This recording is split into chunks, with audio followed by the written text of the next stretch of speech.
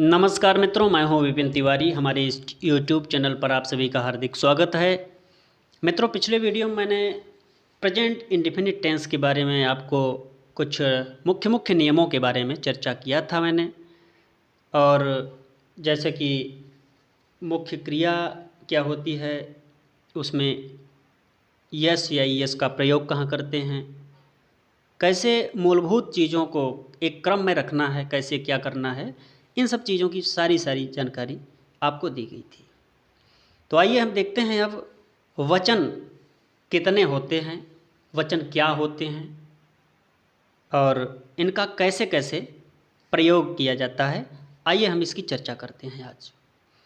तो मैं बताना चाहूँगा मित्रों, जैसा कि आप सबको पता भी होगा कि इंग्लिश भाषा में केवल दो ही वचन होते हैं। कितने? सिर्फ दो। यानी एक यहाँ लिखा भी है, एक वचन और बहुवचन। एक वचन क्या है, इसकी चर्चा हम आगे कर रहे हैं।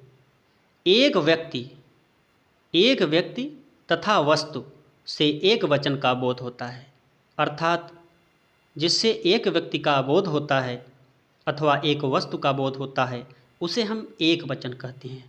कुल मिला के बात सीधी सी है कि एक वस्तु कोई दिखाई दे या हो, या एक व्यक्ति कोई हो, तो उसे एक वचन की संज्ञा दी जाएगी, और एक से ज़्यादा हो तो बहुवचन होगा। एक वचन, एक से ज़्यादा, एक केवल सिर्फ एक को एक वचन। जैसे उदाहरण के तौर पे आपको मैं बताता हूँ, जैसे राम कोई व्यक्ति का नाम होता है, और राम से किसका बोध होता है? एक व्यक्ति का ही तो बोध हो रहा है। जैसे राम एंड श्याम कहा जाए तब तो दो व्यक्तियों का बोध होगा, ये बहुवचन में आ जाएगा। लेकिन राम सिर्फ बोला जा रहा है तो राम एक ही व्यक्ति होता है। श्याम एक व्यक्ति का नाम होता है, इसलिए एक व्यक्ति है। मोहन व्यक्ति का नाम है किसी का, तो मोहन एक व्यक्ति हो सकता है। पेन का मतलब एक पेन, पेन्स कहा जाए तब तो कई पेनें हो जाएंगी, लेकिन पेन एक के बारे में बताया जा रहा है। बुक मीन्स किताब यानी एक, बुक्स कहा जाता है यहीं पे, तो बहुवचन की संज्ञा में आ जाता है। इसलिए ये सब चीज़ें, राम, श्याम, मोहन, पेन, बुक्स, ये सब चीज़ें एक वचन के अंतर्गत आती हैं। अब आया नंबर दो वचन। दो वचन नहीं, इसमें दो वचन नहीं होते, सॉरी, इसमें बहुवचन। एक वचन के बाद बहुवचन, दो ही वचन होते हैं, एक वचन और बहुवचन। बहुवचन को प्लूरल नंबर कहते हैं। सिंगुलर नंबर कहते हैं एक वचन को, और प्लूरल नंबर कहते हैं बहुवचन को। तो उपर्युक्त की भांति ये भी है। क्या है? एक से अधिक व्यक्तियों तथा वस्तुओं से बहुवचन का बोध होता है, अर्थात जिससे एक से अधिक व्यक्तियों तथा वस्तुओं, एक से अधिक व्यक्तियों अथवा वस्तुओं का बोध हो, उसे हम क्या कहते हैं? बहुवचन कहते हैं। अर्थात एक से ज़्यादा यदि व्यक्ति हों, सीधा सा फंडा है कि एक से ज़्यादा व्यक्तियों के बारे में यदि कहा जाए तो वो बहुवचन की संज्ञा में आता है। बहुवचन की सोच रखनी चाहिए कि बहुवचन है।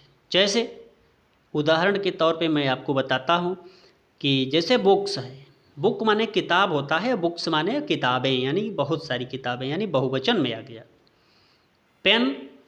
पेन माने एक पेन होता है, लेकिन पेन्स हो गया, पेन्स यानी पेने, यानी कई पेन, बहुत पेन, तो बहुत पेन हुई तो बहुवचन में आएगा। थिंग्स यानी वस्तुएं, ये बहुत सारी वस्तुएं बहुवचन में आएगी। जैसे साथ में ही आए राम एंड श्याम माने राम और श्याम, माने दो व्यक्तियों का बोध यहाँ हो रहा है, इसलिए बहुवचन में आएगा। और जैसे है ट्रीज यानी पेड़, कई पेड़ होते हैं, उसे ट्रीज कहा जाएगा। एक वचन होता तो ट्री सिर्फ कहा जाता। माउंटेन्स यानी पर्वतें, कई पर्वत जैसे हों। और थिंग्स, ये तो मैं थिंग्स बता चुका हूँ। तो जिससे एक से ज़्यादा वस्तु या व्यक्ति का बोध हो उसे हम बहुवचन कहते हैं। उदाहरण आपके सामने इस प्रकार हो गए।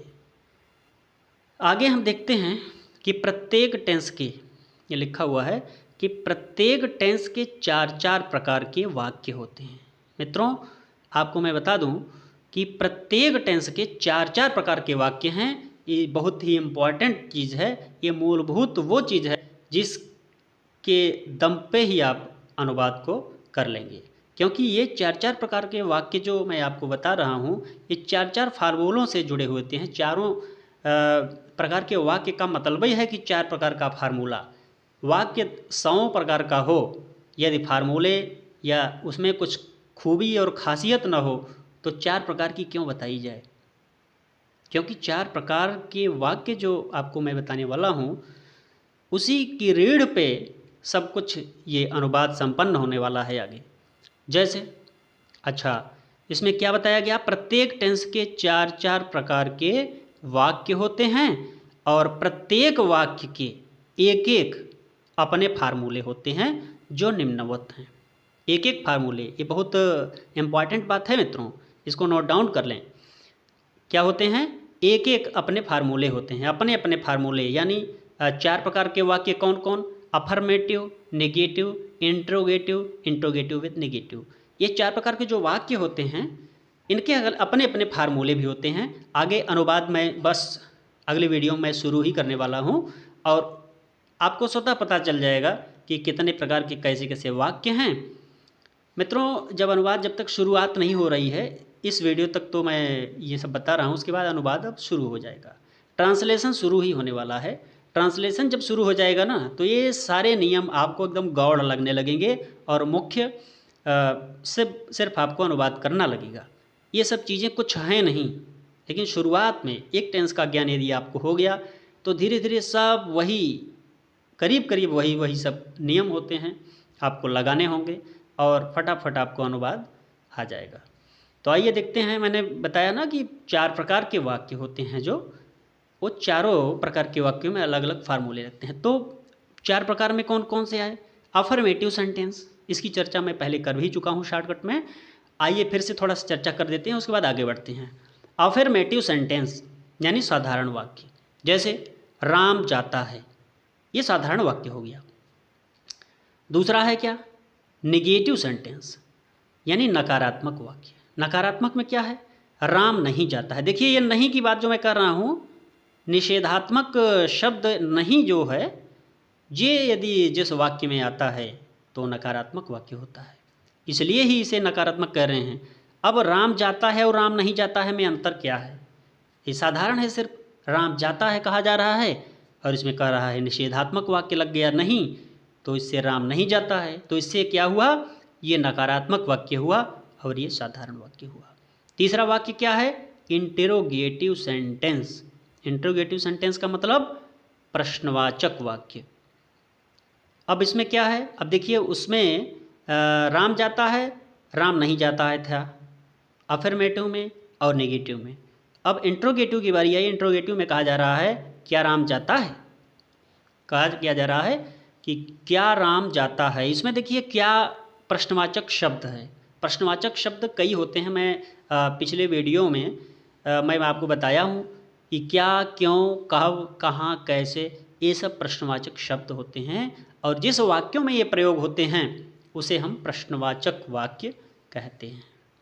तो आइए देखते हैं, इंट्रोगेटिव सेंटेंस का ये उदाहरण है, क्या है, क्या राम जाता है, क्या है, क्या राम जाता है। इसमें देखिए इसकी पहचान कैसे हम करेंगे, इस टेंस की सेंटेंस की पहचान हम करेंगे कि क्या देख के, क्या, क्यों, कब, कहाँ, कैसे, ये सब हम देखेंगे, उसके बाद इसकी पहचान हो जाएगी स्वतः कि हाँ कौन सा वाक्य है, अफर्मेटिव है, निगेटिव है या इंट्रोगेटिव है। तो इससे हम पहचान गए कि ये वाक्य है।